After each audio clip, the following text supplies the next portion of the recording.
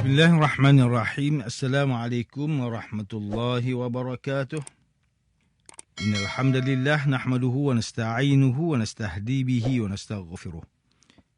Wa na'udzu billahi min shururi anfusina wa min sayyiati a'malina. May yahdihillahu fala mudilla lahu wa man yudlil fala hadiya lahu. Asyhadu an la ilaha illallah wahdahu la syarika lahu wa asyhadu anna Muhammadan 'abduhu wa rasuluh. Allahumma salli wa sallim ala sayyidina Muhammad wa ala alihi wa ashabihi wa tabi'in wa man tabi'ahum bi ihsanin ila yaumiddin. A'udzu billahi minasyaitonir rajim. Ya ayyuhalladzina amanu taqullaha haqqa tuqatih wa la tamutunna illa wa antum muslimun. Amma ba'd. Yang berusaha Tuan Haji Ahmad Nazri Muhammad Yusof selaku penerbit rancangan tafsir Al-Quran dan seterusnya sidang pendengar yang dirahmati Allah, bersama saya Profesor Dr. Muhammad Najib bin Abdul Qadir, Pusat Kajian Al-Quran dan As-Sunnah, Fakulti Pengajian Islam, Universiti Kebangsaan Malaysia. Tuan-tuan, puan-puan, para pendengar yang dimuliakan, pada hari ini kita akan menyambung kembali rancangan tafsir Al-Quran bagi siri ke-154.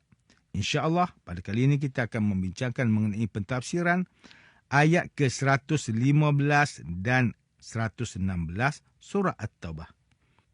A'udzu billahi minasyaitonir rajim. Wa ma kana Allahu liyudilla qauman ba'da iz hadahum hatta yubayyina lahum ma yattaqun. Inna Allah bikulli syai'in alim. Inna Allah lahu mulku samawati wal ardu yuhyi wa yumit. Wa ma lakum min dunillahi min waliyyin wala nasir. Dan Allah tidak sekali-kali menjadikan sesuatu kaum itu sesat sesudah ia memberi hidayah, petunjuk kepada mereka, sebelum ia menerangkan kepada mereka apa yang mereka wajib memelihara dan melindungi diri daripadanya. Sesungguhnya Allah Maha mengetahui akan tiap-tiap sesuatu. Sesungguhnya Allah jualah yang menguasai segala alam langit dan bumi. Ia menghidupkan dan mematikan. Dan tidaklah ada bagi kamu selain dari Allah sesiapa pun yang menjadi pelindung dan juga yang menjadi penolong.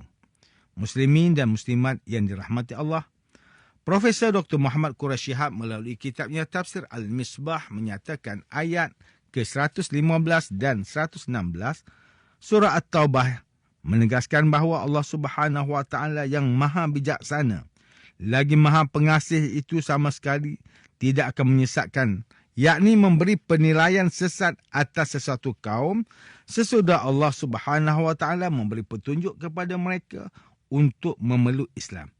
Hanya kerana mengucapkan atau mengamalkan sesuatu disebabkan keliru atau tidak tahu, Dia akan menilai mereka setelah dijelaskan kepada mereka penjelasan tentang apa yang harus mereka jauhi, lalu mereka enggan menjauhinya.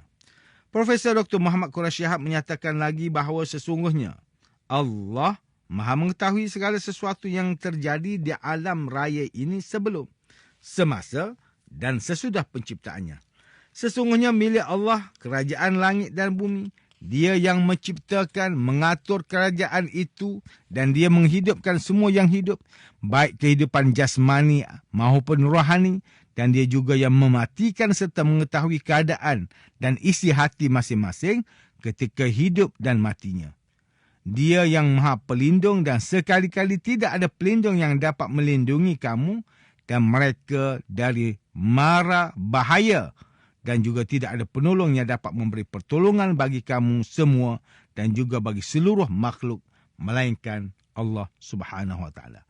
Ustaz Salahuddin Abdullah dan Ustaz Umar Khalid melalui kitab mereka Tafsir Mubin mentafsirkan ayat ke-115 surah At-Taubah dengan menyatakan bahawa ayat ini merupakan ayat penegasan, iaitu Allah Subhanahu Wa Taala tidak akan menyesatkan sesuatu kaum itu sebelum Allah Subhanahu Wa Taala memberitahu mereka mengenai perkara yang perlu mereka hindari.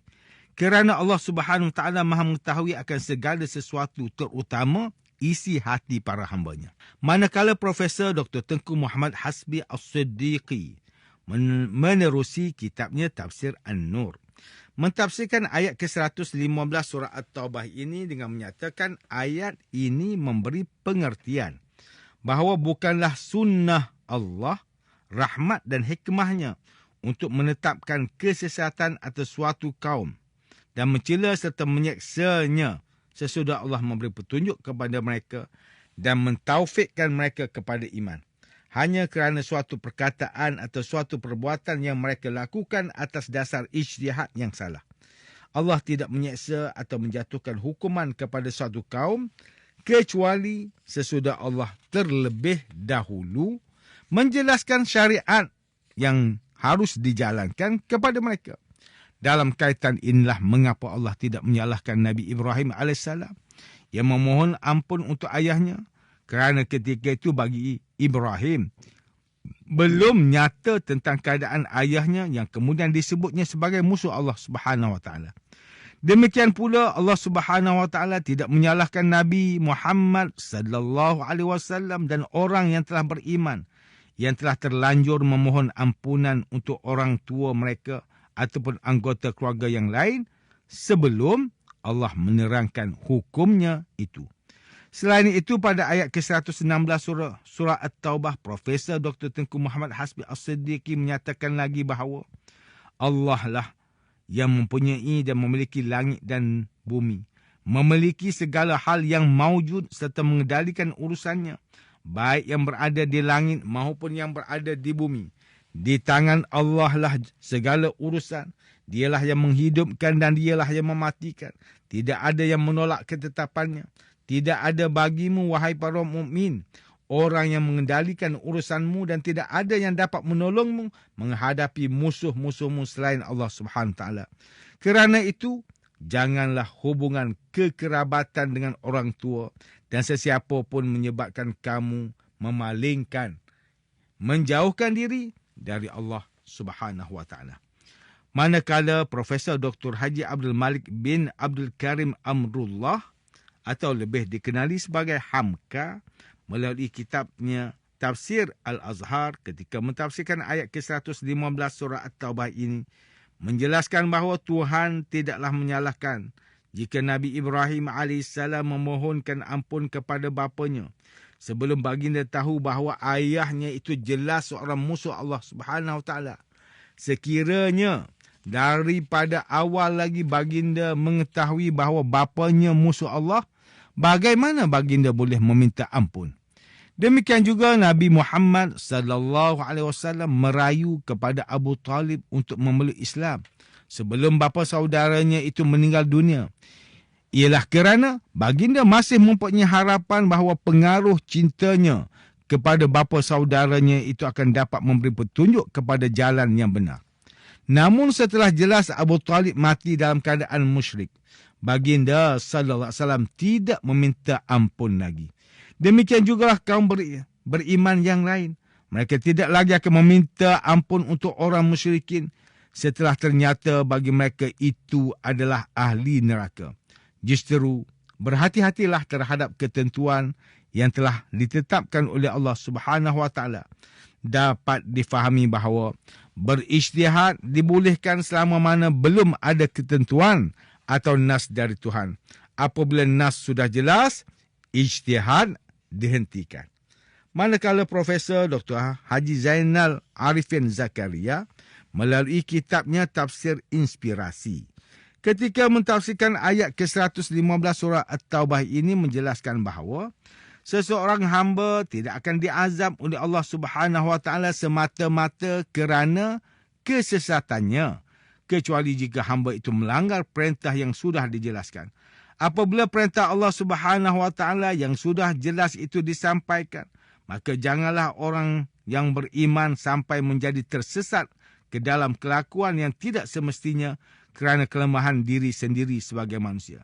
Kemudian pada ayat ke-116 surah At-Taubah, Profesor Dr. Haji Zainal Arifin Zakaria menyatakan lagi bahawa Allah Subhanahu Wa Taala Maha Kuasa, pemilik langit bumi, menghidupkan dan mematikan. Jika manusia tidak berserah diri kepadanya, zat mana lagi yang layak dijadikan pelindung dan penolong? Tuan-tuan dan puan-puan yang dirahmati Allah, demikianlah tafsir bagi ayat ke-115 dan ke-116 surah At-Taubah menurut pentafsiran oleh para ulama. Ayat ke-115 dan 116 surah At-Taubah ini menjelaskan bahawa Allah Subhanahu Wa Taala menegaskan, sekiranya sesuatu kaum itu benar-benar telah mendapat petunjuk dan telah melapangkan dada mereka untuk menerima agama Islam, maka Allah Subhanahu Wa Taala tidak sesekali akan menganggap manusia itu sesat, kemudian dia memperlakukan mereka sama seperti manusia yang lain yang patut dicela dan diseksa. Allah Subhanahu Wa Taala tidak akan berbuat demikian sekiranya mereka hanya melakukan suatu kesalahan, baik dengan perkataan atau perbuatan kerana kesalahan mereka dalam berijtihad. Justru Allah tidak akan mencela dan menyeksa mereka atas kesalahan tersebut sehingga mereka benar-benar memahami ajaran agama, baik berupa larangan yang wajib mereka hindari maupun perintah yang wajib dilaksanakan.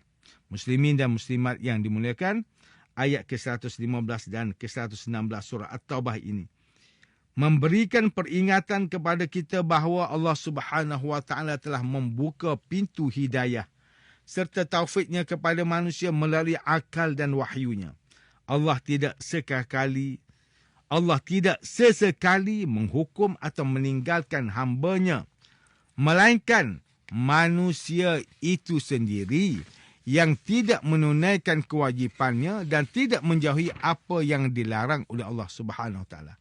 Sidang pendengar yang dirahmati Allah, antara pengajaran yang boleh kita ambil daripada tafsir ayat ke-115 dan 116 surah At-Taubah ini, pertama, umat Islam hendaklah sentiasa sedar akan sifat Allah yang Maha Pengasih, Maha Adil lagi Maha Bijaksana.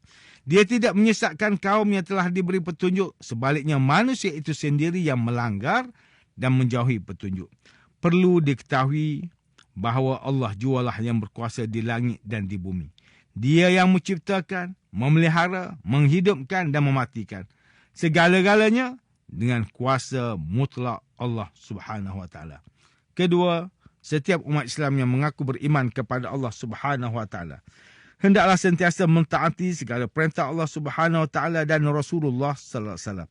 Apabila segala perintahnya diikuti dan juga segala larangannya dijauhi, maka seluruh kehidupan kita akan sentiasa dipelihara dan mendapat rahmat daripada Allah Subhanahu Wa Taala.